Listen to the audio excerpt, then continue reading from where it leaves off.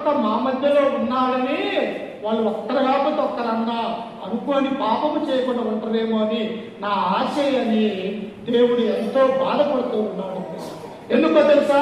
దేవుని యొక్క ఆజ్ఞను నీవు నేను పాటించకపోతే, ఈ ఆయన యొక్క గ్రంథంలో ఉన్నటువంటి మాటలు మనం వినకపోతే, నేటి దినాలలో కూడా క్రైస్తవులు చేస్తున్నటువంటి అనేక పాపాలను చూస్తున్నప్పుడు దేవుడు ఏమి చేస్తాడు? మరలా మన కొరకు బాధపడేవాడిగా ఉన్నట్టుగా మనం చూస్తూ ఉన్నాం. అందుకనే ఇక్కడ కింద వచ్చినప్పుడు ఏమన్నాడు చూడండి ఒకసారి.